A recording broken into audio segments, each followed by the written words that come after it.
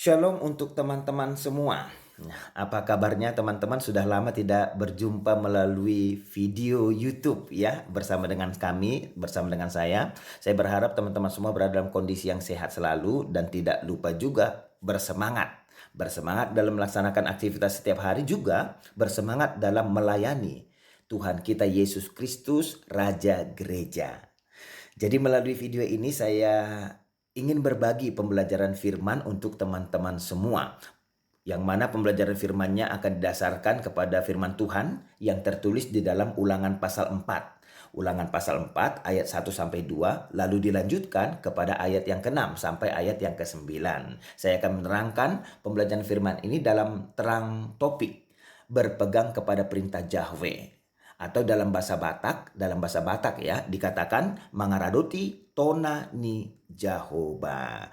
Baik, langsung saja teman-teman kita masuk kepada pembelajaran firman Tuhan dalam video ini ya. Saya akan mulai pembelajaran firman kita ini dari satu pertanyaan yang sangat penting untuk kita.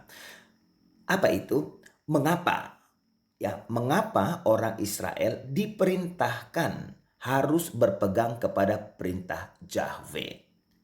Jawabnya yang pertama teman-teman, agar kamu tetap hidup. Agar kamu tetap hidup. Perhatikan ayat yang pertama, Ulangan 4 ayat 1. Maka sekarang hai orang Israel, dengarkanlah ketetapan dan peraturan yang kuajarkan kepadamu untuk dilakukan, supaya kamu hidup dan memasuki serta menduduki negeri yang diberikan kepadamu oleh Yahweh Allah nenek moyangmu. Teman-teman semua, Musa adalah tipe atau gambaran dari hukum Taurat. Abraham, dari kehidupannya kita melihat betapa pentingnya janji Yahweh itu kepada Abraham. Kenapa dua tokoh ini saya angkat dalam awal pembelajaran kita? Dari dua tokoh ini Alkitab menunjukkan kepada kita, generasi Abraham itu mereka belum mempunyai hukum Taurat, tetapi mereka sudah memasuki tanah Kanaan. Sedangkan generasi yang bersama dengan Musa, mereka memiliki hukum Taurat, tetapi mereka tidak memasuki tanah Kanaan. Ini menjelaskan kepada kita apa yang dikatakan dalam Roma pasal 4 ayat 14. Di sana dikatakan, sebab jika mereka yang mengharapkannya dari hukum Taurat menerima bagian yang dijanjikan Allah, maka sia-sialah iman dan batallah janji itu. Jadi ini kondisi penting yang ingin saya sampaikan kepada teman-teman semua sehubungan dengan pembelajaran firman kita di video ini. Nah, di sini Musa mengajarkan ketetapan dan peraturan kepada orang Israel seperti yang diperintahkan Yahweh sendiri kepada Musa. Melalui Galatia 3 ayat 19-20 kita tahu teman-teman bahwa ketetapan dan peraturan yang diberikan oleh Musa ini sebenarnya menunjukkan pelanggaran-pelanggaran Israel di hadapan Tuhan. Artinya apa teman-teman? Artinya ketetapan-ketetapan itu tidak membuat orang Israel semakin dekat kepada Tuhan. Sebaliknya, ketetapan-ketetapan itu justru menunjukkan betapa sempurnanya Tuhan itu. Dan sebaliknya, betapa jauhnya hidup manusia, terkhusus dalam hal ini hidup orang Israel, dari kesempurnaan Tuhan itu. Sekarang ada yang perlu untuk kita pahami teman-teman. Jika Tuhan memerintahkan Israel untuk berpegang kepada perintah Yahweh, pertanyaannya, apa itu? Apa saja itu perintah Yahweh itu? Itu pertanyaannya. Perintah Yahweh yang dimaksud di sini secara teksnya disebut Chok dan Misfat ya. Saya yakin teman-teman lebih paham dari saya tentang ini ya. Yang pertama kata Chok dipakai ini sesuatu yang ditentukan ya, sesuatu yang ditentukan, yang ditetapkan, diwajibkan ya, semacam undang-undang diberlakukan. Sementara kata misfat ya, kita sering memahami ini menerjemahkannya sebagai kata hukum. Teman-teman, saya mau menyampaikan kepada kita beberapa saja ya perintah Tuhan yang ada di dalam Alkitab kita. Yang pertama, jangan kau makan buah dari pohon pengetahuan yang baik dan yang jahat itu. Pada hari engkau memakannya, pastilah engkau mati. Ya, teman-teman, apakah Adam dan Hawa melanggar perintah itu? Benar, ya, mereka melanggar perintah itu. Mereka ditipu oleh setan dan kemudian melanggar, memberontak kepada Tuhan. Yang kedua, ketika rombongan Musa sudah sampai ke pegunungan orang Amori, Yahweh memerintahkan kepada mereka. Apa perintah Yahweh? Maju, dudukilah negeri itu, jangan takut dan jangan patah hati, ya kan? Tetapi apa respon Israel? Apakah Israel pergi untuk menduduki negeri itu? Tidak, ya kan? Tidak. Kenapa? Mereka takut. Mereka takut dan mereka melawan perintah Yahweh. Lalu yang ketiga, saya mau ambil dari perjanjian baru lah ya. Yang ketiga, Tuhan Yesus, Mesias kita mengatakan, mereka bukan lagi dua, melainkan satu. Karena itu, apa yang telah dipersatukan Allah tidak boleh diceraikan oleh manusia. Nah, teman-teman, ada orang Kristen yang menceraikan apa yang telah dipersatukan Allah? Ada nggak yang teman-teman tahu? Ya kita jawab sendirilah ya dalam hati kita masing-masing, ada atau enggak. Nah, kita akan fokus kepada nats kita ini dalam video ini ya. Tapi saya ingin teman-teman jangan berpikiran kalau yang namanya perintah Tuhan itu hanya 10 perintah, hanya dekalog itu saja. Tolong jangan berpikiran seperti itu. Ketika Mesias kita berkata kepada Matius di rumah cukai, Matius ikutlah aku, itu adalah perintah Tuhan kepada Matius. Ya, itu adalah perintah Tuhan kepada Matius. Dan setiap perintah Tuhan itu tentu menuntut respon dari alamat penerima perintah itu. Benar ya? Ya, dalam nas kita ini perintah Yahweh juga menuntut respon dari Israel sebagai alamat yang menerima perintah itu. Teman-teman, Hok dan misfat inilah yang diterjemahkan dengan ketetapan dan peraturan Tuhan. Saya mau terangkan sesuatu kepada teman-teman semua ya. Seperti ini teman-teman. Kanaan, tanah Kanaan itu adalah tujuannya dalam konteks ini. Itu tujuannya teman-teman dalam konteks ini. Tapi saya mau katakan kepada kita bukan tujuan utamanya. Bukan tujuan utama. Tujuan utama Israel ya. Tujuan utama Israel di bawah Yahweh itu adalah supaya mereka memasuki peristirahatan Tuhan. Yang mana mereka akan memasuki peristirahatan Tuhan itu melalui iman mereka kepada Yahweh. Saya akan bacakan firman Tuhan dalam Mazmur 95 ayat 11 yang mana kemudian ini dikutip dalam Ibrani pasal 4 ayat 3 ya. Saya akan bacakan Mazmur 95 ayat 11. Dikatakan di sana, sebab itu aku bersumpah dalam murkaku, mereka takkan masuk ke tempat perhentianku. Sehingga teman-teman perhatikan ya. Musa yang menjadi simbol hukum Taurat. Ya, Musa menjadi simbol hukum Taurat, tetapi Musa dilarang Yahweh untuk masuk ke tanah Kanaan. Ini menarik ya kan?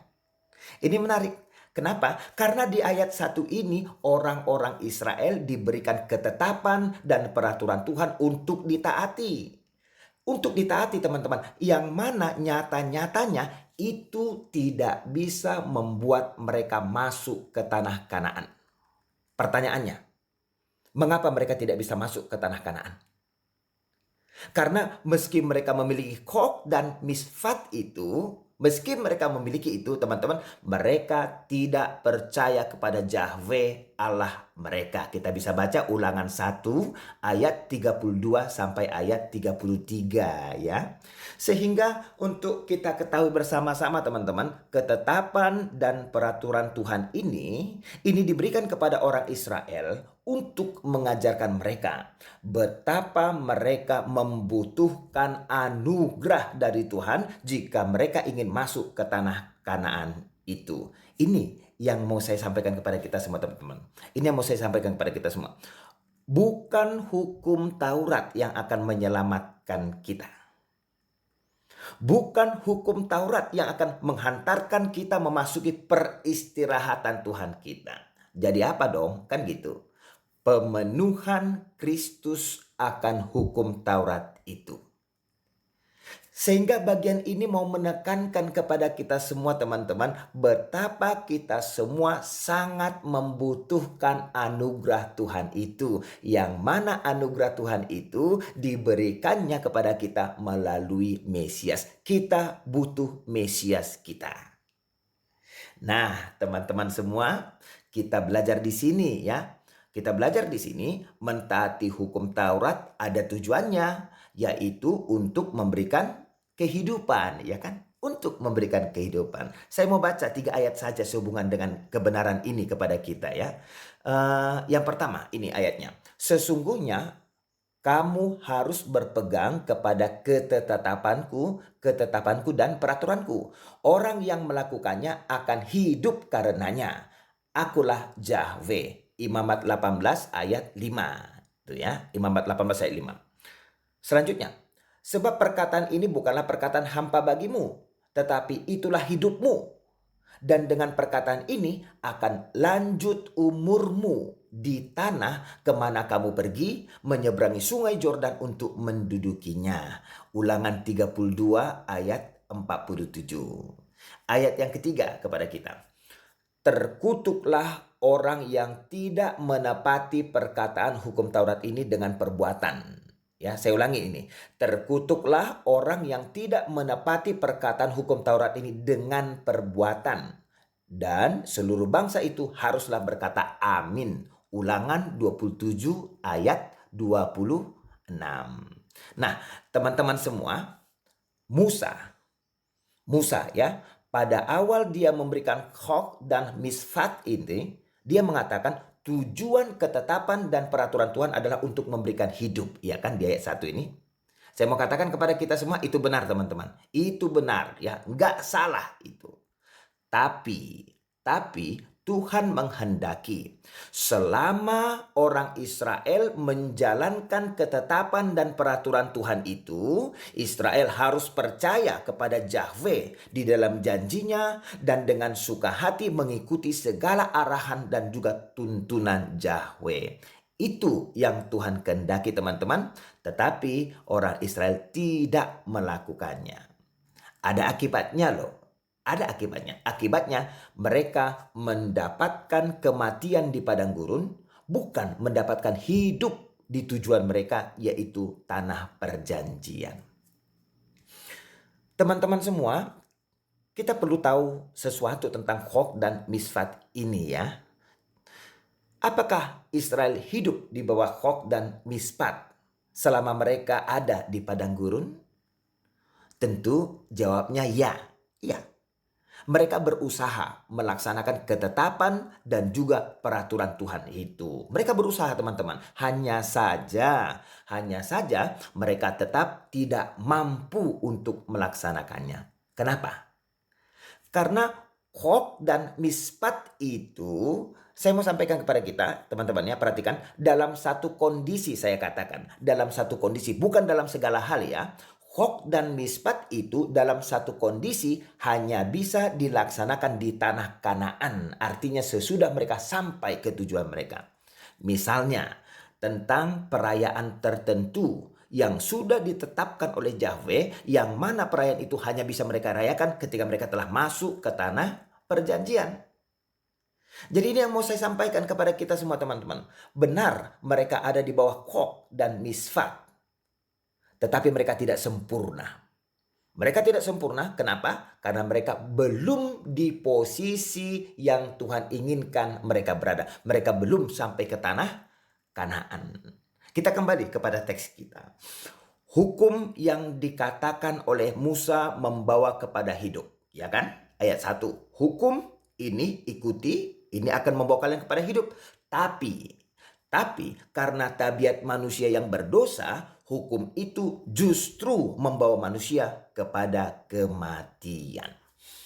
Nah, selanjutnya teman-teman, saya mau memberikan pembelajaran penting bagi kita semua ya. Ini pembelajaran penting bagi kita. Ketika bangsa Israel bersungut-sungut kepada Musa, ingat Ingat ya, Musa itu sebagai simbol dari hukum Taurat, ya kan? Ketika bangsa Israel bersungut-sungut kepada Musa, sehingga artinya sebenarnya mereka bersungut-sungut kepada apa? Hok dan mispat Tuhan sendiri. Mereka bersungut-sungut kepada Tuhan. Gara-gara sungut-sungut mereka itulah Tuhan pun menghukum mereka. Dengan apa teman-teman? Ular berbisa, ya kan? Ingat kan peristiwa itu teman-teman? Tuhan menghukum mereka dengan ular berbisa. Kemudian Alkitab menunjukkan apa kepada kita? Ini yang Alkitab tunjukkan. Sesudah mereka menyadari kesalahan mereka ya. Sesudah menyadari kesalahan mereka, Musa pun berdoa bagi mereka. Saya bacakan kepada kita Bilangan 21 ayat 8 sampai 9. Di sana dituliskan seperti ini.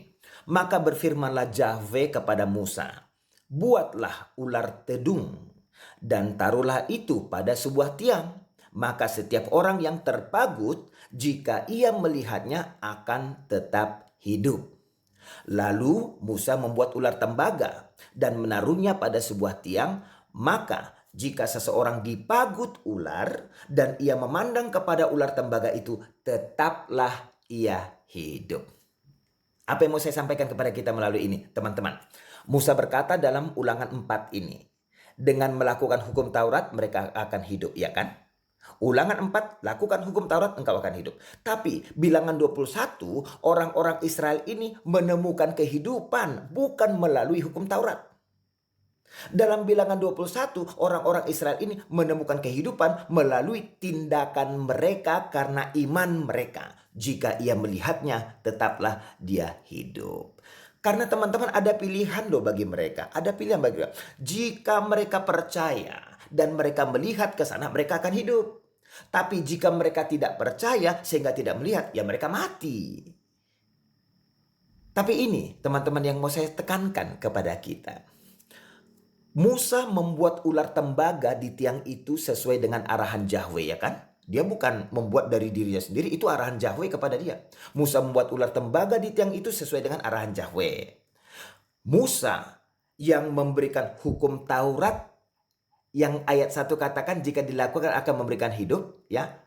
Menempatkan ular tembaga itu yang jika orang percaya dan melihatnya akan hidup. Teman-teman, ini perhatikan. Karena hukum Taurat, Tuhan menempatkan ular tembaga itu supaya orang yang percaya akan hidup. Mereka bersungut-sungut kepada Musa. Mereka bersungut-sungut kepada hukum Taurat. Karena hukum Taurat, mereka berdosa, lalu Tuhan menempatkan ular tembaga itu supaya orang yang percaya akan hidup. Karena hukum Taurat juga teman-teman, Tuhan menempatkan Yesus Mesias di atas kayu salib itu. Supaya setiap orang yang percaya kepadanya, melihat kepadanya, beroleh hidup yang kekal. Seperti yang dikatakan dalam Yohanes 3 ayat 14-16. Saya bacakan kepada kita. Ayat 14, dan sama seperti Musa meninggikan ular di padang gurun, demikian juga anak manusia harus ditinggikan. Supaya setiap orang yang percaya kepadanya beroleh apa? Hidup yang kekal. Karena begitu besar kasih Allah akan dunia ini, sehingga ia telah mengaruniakan anaknya yang tunggal, supaya setiap orang yang percaya kepadanya tidak binasa, melainkan apa? Beroleh hidup yang kekal. Benar teman-teman. Nah teman-teman semua, Tuhan Yesus sendiri loh. Tuhan Yesus sendiri menegaskan kepada kita bahwa dunia diselamatkan melalui iman kepada Mesias yang ditinggikan itu, bukan melalui ketaatan kepada hukum Taurat.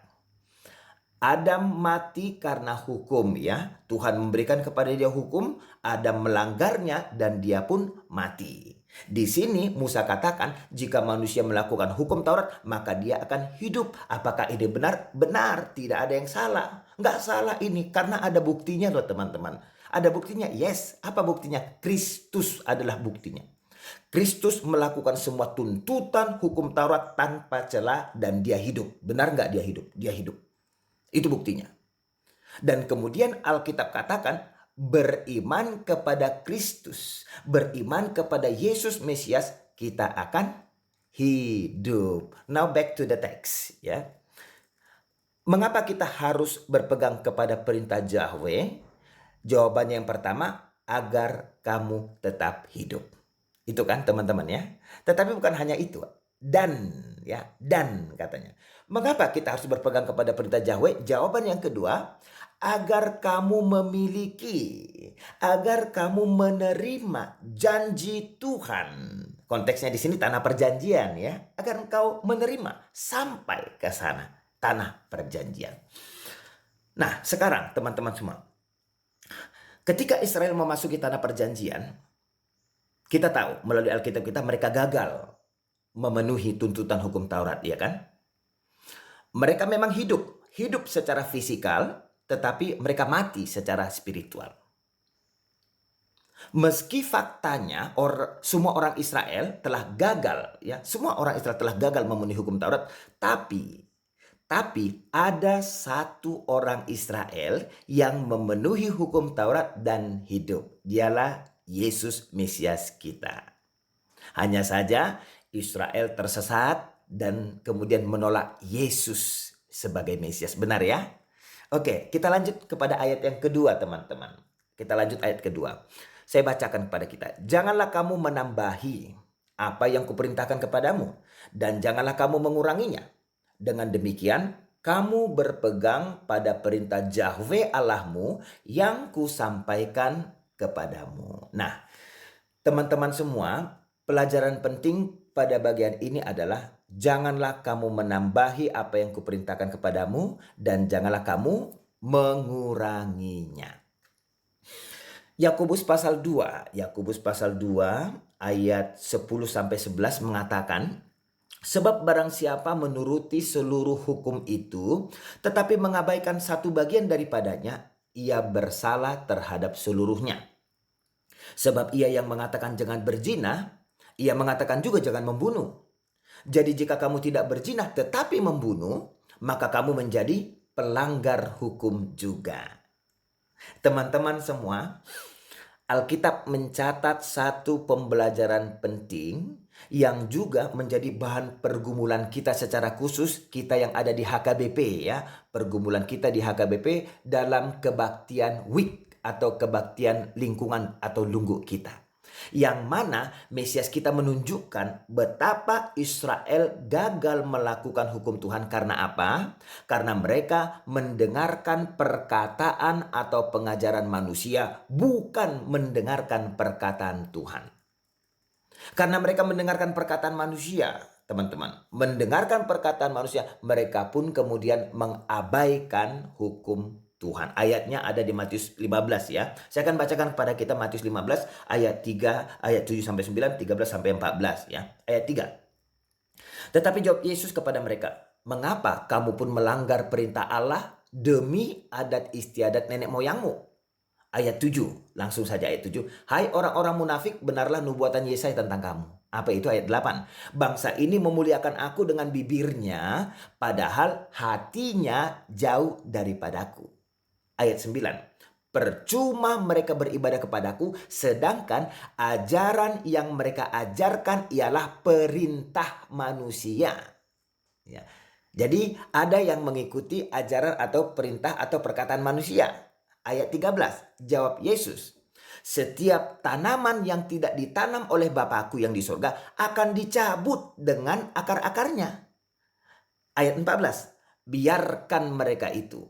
Mereka orang buta yang menuntun orang buta. Jika orang buta menuntun orang buta, pasti keduanya jatuh ke dalam lubang. Iya, orang buta disesatkan oleh orang buta, dua-duanya akan sampai masuk ke dalam penghakiman seperti itu. Jadi teman-teman, ini contoh ya, ini contoh kegagalan Israel dalam melaksanakan ketetapan dan peraturan Tuhan sehubungan dengan ayat 2 ini. Ancaman yang ada di hadapan kita ketika kita hendak menjalankan perintah Tuhan adalah apa? Perkataan atau pengajaran manusia. Jangan sampai teman-teman, jangan sampai semua melanggar perintah Tuhan. Ya. Jangan sampai kita melanggar perintah Tuhan karena apa? Mengikuti perkataan atau pengajaran manusia. Ayat selanjutnya kita lanjut ke ayat 6. Ayat 6 ya. Lakukanlah itu dengan setia. Sebab itulah yang akan menjadi kebijaksanaanmu dan akal budimu di mata bangsa-bangsa, yang pada waktu mendengar segala ketetapan ini akan berkata, memang bangsa yang besar ini adalah umat yang bijaksana dan berakal budi. Teman-teman, yang pertama perlu kita perhatikan dari ayat ini adalah lakukanlah itu dengan setia, ya. Lakukanlah itu dengan setia. Kepada Israel diberikan ketetapan dan peraturan Tuhan untuk mereka taati dengan setia. Para pemimpin, siapapun pemimpin yang ditetapkan Tuhan memimpin Israel, baik itu hakim, baik itu raja dan yang lainnya, mereka menjadi pelaksana ketetapan dan peraturan Tuhan bagi semua jemaah Israel, ya, bagi semua jemaat Israel. Seorang raja yang jahat contohnya, kan banyak yang jahat di Samaria dan juga Yehuda. Seorang raja yang jahat bisa memiliki hukum Taurat, tetapi dia melakukan apa yang jahat di mata Tuhan. Banyak contoh tentang raja yang jahat itu, yang tidak melakukan ketetapan dan juga peraturan Tuhan. Lalu yang kedua yang perlu kita perhatikan dalam ayat ini adalah sebab itulah yang akan menjadi kebijaksanaanmu dan akal budimu di mata bangsa-bangsa. Teman-teman semua, dalam melakukan hukum Tuhan, ya, dalam melakukan hukum Tuhan ada janji, berkat yang diberikan Yahweh. Berkat yang akan diberikan kepada orang-orang yang mentaati dengan setia hukum-hukum itu. Saya mau kasih contoh kepada kita, yaitu Ayub. Ya. Ayub, teman-teman. Ayub itu kita tahu dia diberkati Tuhan dengan kemakmuran, ya kan? Ya, dia makmur. Situasi Ayub itu dihubungkan dengan kesalehannya. Teman-teman, ketika orang melihat seseorang terberkati, orang akan berpikiran bahwa dia ini memiliki hikmat dan pengertian. Karena dia memiliki hikmat dan pengertian, kehadirannya akan selalu dinanti-nantikan di pintu gerbang. Kenapa? Orang ingin mendengarkan hikmat dan pengertiannya. Sehingga orang akan mempelajari hikmat dan pengertiannya, lalu kemudian orang-orang bisa menemukan bahwa sumber hikmat dan pengertian orang-orang yang terberkati itu datang dari mana, teman-teman? Datang dari melaksanakan hok dan misfat Yahweh. Sehingga ini pembelajaran yang mau disampaikan kepada kita, ya. Jika Israel terberkati, teman-teman, perhatikan ini baik-baik. Jika Israel terberkati, landasan dari berkat yang mereka terima adalah ketetapan dan peraturan Tuhan yang nyata di dalam hidup Israel. Sebaliknya, memiliki hukum Taurat tetapi tidak melaksanakannya, ini adalah ketiadaan hikmat dan ketiadaan pengertian sama sekali. Dan faktanya apa, teman-teman? Faktanya Israel memiliki hukum Taurat. Dan sering sekali mereka gagal memenuhi tuntutan hukum Taurat itu. Akibatnya apa? Bangsa pilihan itu pun dihukum oleh Tuhan memakai bangsa-bangsa yang lain. Sehingga di sini teman-teman tuh si Musa, ya, Musa menegaskan kepada kita, jika Israel taat kepada hukum Tuhan atau jika Israel melakukan kehendak Tuhan, itulah yang akan membentuk cara pandang bangsa-bangsa lain terhadap Israel. Apa cara pandangnya? Oh, mereka adalah bangsa yang bijaksana dan bangsa yang berakal budi. Ayat ke-7. Sebab bangsa besar manakah yang mempunyai Allah yang demikian dekat kepadanya seperti Yahweh Allah kita setiap kali kita memanggil kepadanya.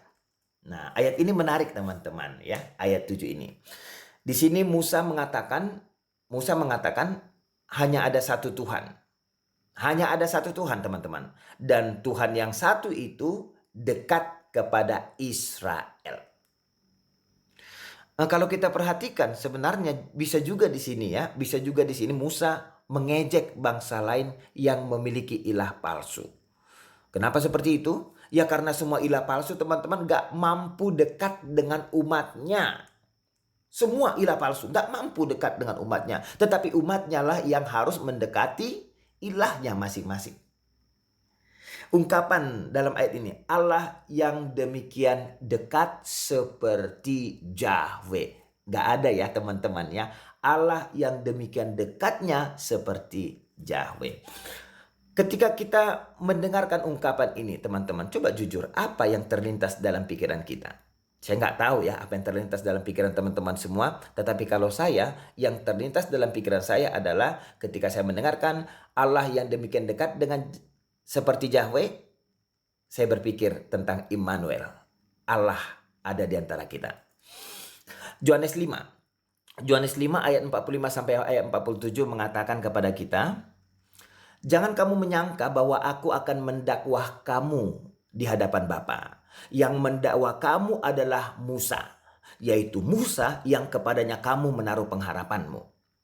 Sebab jikalau kamu percaya kepada Musa, tentu kamu akan percaya juga kepadaku, kata Tuhan Yesus. Sebab ia telah menulis tentang aku. Musa menulis tentang Yesus. Ayat 47. Tetapi jikalau kamu tidak percaya akan apa yang ditulisnya, bagaimanakah kamu akan percaya akan apa yang kukatakan? Ya.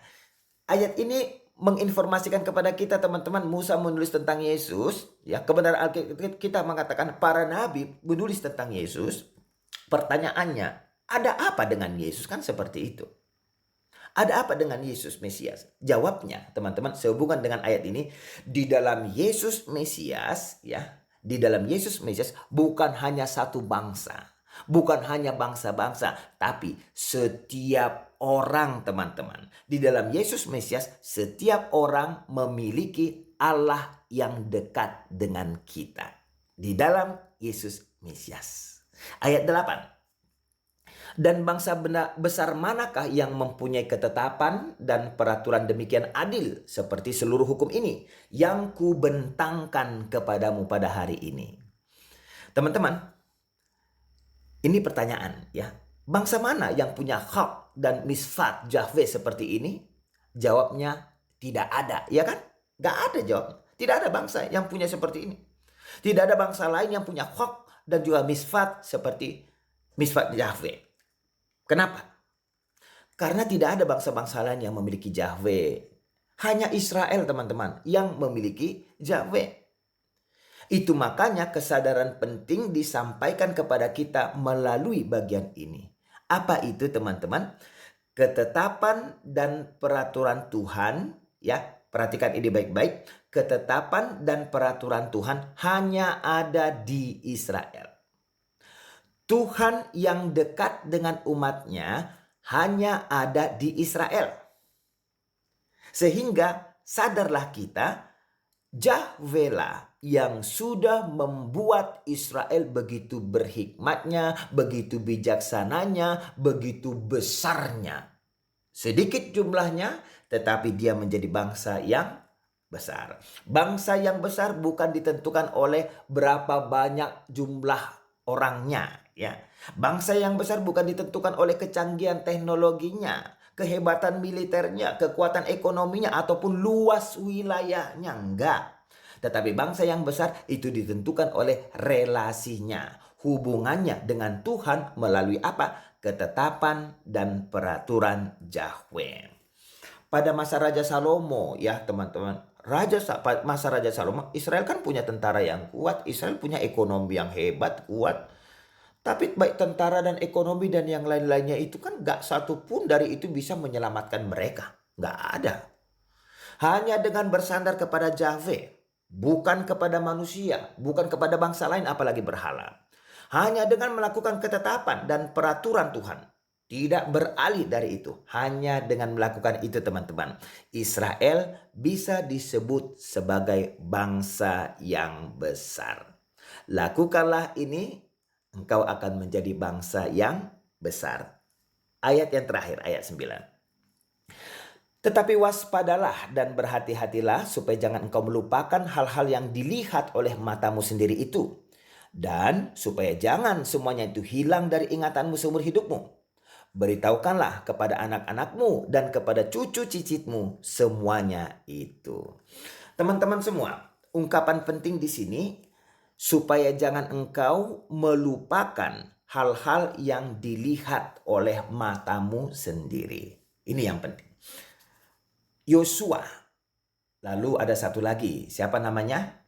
Kaleb, ya. Yosua dan Kaleb, mereka berdua selamat dari hukuman Tuhan. Jadi generasi yang keluar dari Mesir, ya kan? Generasi yang keluar dari Mesir, mereka tewas di padang gurun. Mereka dihukum karena dosa mereka, teman-teman. Generasi yang lahir di perjalanan, mereka masuk ke tanah perjanjian. Bagaimana bisa? Mereka diampuni. Mereka menerima anugerah untuk mencapai tujuan Tuhan dalam perjanjian Tuhan kepada Abraham. Mereka harus masuk ke tanah Kanaan. Mereka diampuni, mereka menerima anugerah dari Tuhan. Jadi ceritanya seperti ini, teman-teman. Orang-orang yang masuk ke tanah Kanaan ini, ya, orang-orang yang masuk ke tanah Kanaan ini, mereka lah yang sudah melihat kuasa Yahweh. Mereka lah yang sudah mendengar kuasa Yahweh dari mana? Ya cerita orang tua mereka lah selama dalam perjalanan, ya kan? Tapi mereka lupa apa yang sudah mereka lihat. Sehingga di sini Tuhan memerintahkan teman-teman supaya mereka tidak melupakannya seumur hidup mereka. Jangan lupakan seumur hidup mereka. Ini mungkin belajarlah kita dari apa yang kita alami mungkin ya. Contohnya gini teman-teman. Kalau kita belajar bahasa Espanyola lah seperti itu ya. Bukan main gitar Spanyol, bukan. Kalau kita belajar bahasa Spanyol 1-3 tahun contohnya. Kita sudah belajar. Kalau kita tidak membiasakan, kita bisa melupakannya. Kalau kita belajar bahasa Ibrani lah dulu atau Yunani ya kan 4 tahun contohnya belajar Ibrani Yunani, kalau tidak kita biasakan kan kita bisa melupakannya juga. Dalam hal yang sama seperti itu teman-teman. Kalau kita tidak mempelajari, kalau kita tidak memperhatikan ketetapan dan peraturan Tuhan senantiasa, kita tidak akan mengingatnya. Kita tidak akan mementingkan hal tentang Tuhan itu. Sehingga ini poinnya teman-teman. Ini poinnya. Tidak memperhatikan ketetapan dan peraturan Tuhan, itu bisa membuat hukum Tuhan beranjak dari hati dan juga dari pikiran kita. 2 Petrus 1 ayat 9 mengingatkan kita. 2 Petrus 1 ayat 9. Tetapi barang siapa tidak memiliki semuanya itu, dia menjadi buta dan picik. Karena ia lupa bahwa dosa-dosanya yang dahulu telah dihapuskan. Teman-teman semua, perintah kepada Israel bukan hanya untuk mengingat, ya. Perintah yang diberikan Musa kepada Israel bukan hanya untuk mengingat hok dan misfat Yahweh. Tetapi ada lagi yang penting. Ini, beritahukanlah kepada anak-anakmu dan kepada cucu cicitmu semuanya itu. Ini perintah teman-teman. Beritahukan kepada anak-anakmu dan kepada cucu cicitmu semuanya. Ini sangat penting teman-teman untuk kita perhatikan. Kita perhatikan dan kita lakukan. Ketetapan dan peraturan Tuhan itu harus kita ajarkan. Itu kan? Ketetapan dan peraturan Tuhan harus kita ajarkan kepada semua keturunan kita dari generasi ke generasi. Jika seseorang tidak mempelajari firman, dia akan melupakannya. Sehingga karena dia melupakannya, dia akan berdosa yang kemudian mengakibatkan dia binasa. Jika generasi-generasi berikutnya tidak diajarkan untuk mencintai hukum Tuhan, maka semakin banyaklah orang yang akan tersesat dan binasa. Pembelajaran penting teman-teman. Sehubungan dengan ini kita temukan dalam Hakim-Hakim 2 ayat 10. Hakim-Hakim 2 ayat 10 dikatakan di sana. Setelah seluruh angkatan itu dikumpulkan kepada nenek moyangnya, bangkitlah sesudah mereka itu angkatan yang lain yang tidak mengenal Yahweh ataupun perbuatan yang dilakukannya bagi orang Israel. Jadi ayat ini teman-teman memberikan pembelajaran penting bagi kita. Perhatikan baik-baik.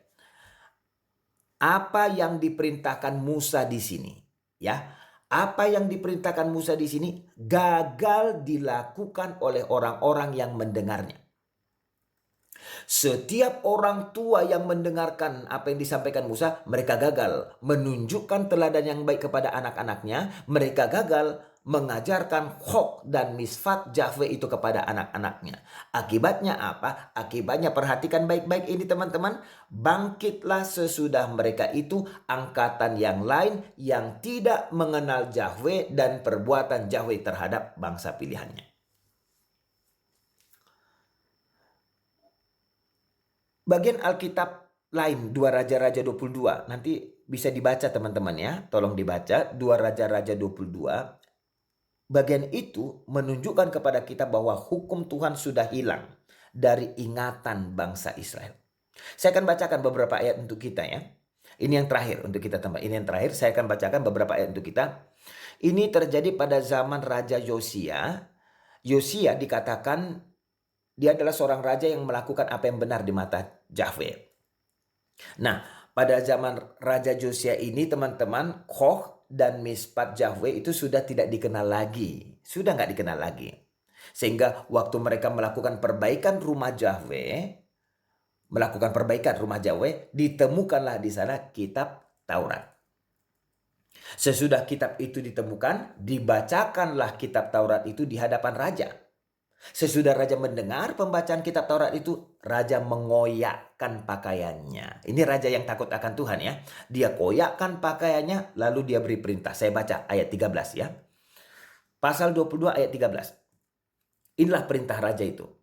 Pergilah, mintalah petunjuk Yahweh bagiku, bagi rakyat dan bagi seluruh Yehuda tentang perkataan kitab yang ditemukan ini. Sebab hebat kehangatan murka Yahweh yang bernyala-nyala terhadap kita. Oleh karena nenek moyang kita tidak mendengarkan perkataan kitab ini dengan berbuat tepat seperti yang tertulis di dalamnya. Ayat 17. Karena mereka meninggalkan aku, maksudnya meninggalkan Yahweh, dan membakar korban kepada Allah lain dengan maksud menimbulkan sakit hatiku dengan segala pekerjaan tangan mereka. Sebab itu kehangatan murkaku akan bernyala-nyala terhadap tempat ini dengan tidak padam-padam.